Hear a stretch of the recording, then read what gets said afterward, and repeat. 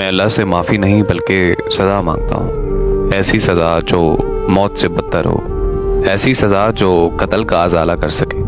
آج سے 5 سال پہلے ہماری ملاقات ایک شادی پہ ہوئی اور ہم نے ایک دوسرے کو دیکھتے ہی پسند کر لیا۔ ہماری محبت کو ابھی 2 مہینے ہی ہوئے تھے، بنا کسی رکاوٹ کے ہماری شادی ہو گئی۔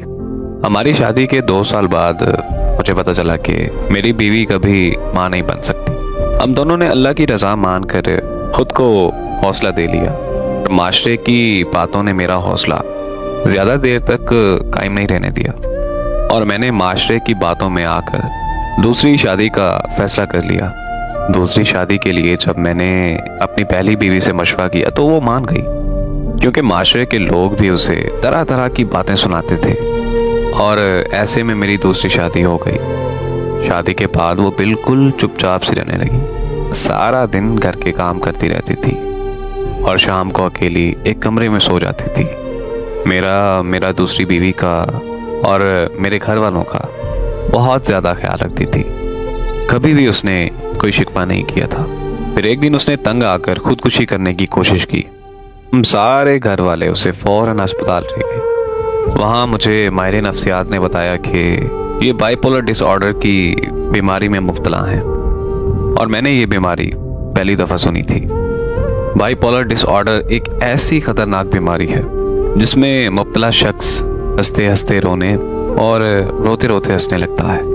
یہ بیماری ڈپریشن کی آخری سٹیج پر ہوتی ہے۔ اس مرض میں مبتلا مریض اپنی سوچ اور سمجھ پر بے قابو ہو کر اپنے آپ کو نقصان پہنچانے کی کوشش کرنے لگتا ہے۔ اس حد تک سوچنے لگتا ہے کہ جینے سے مر جانا بہتر ہے، اور پھر ایک دن وہ اپنی جان دے دیتا ہے، یعنی صاف لفظوں میں وہ خودکشی کر لیتا ہے۔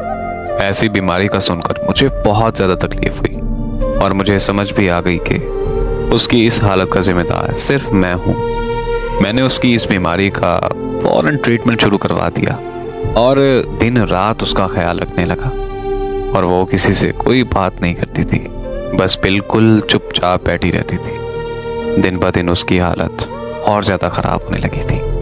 ایک دن میں اس کی میڈیسن لینے مارکیٹ چلا گیا۔ جب میں واپس آیا تو وہ اس دنیا سے جا چکی تھی۔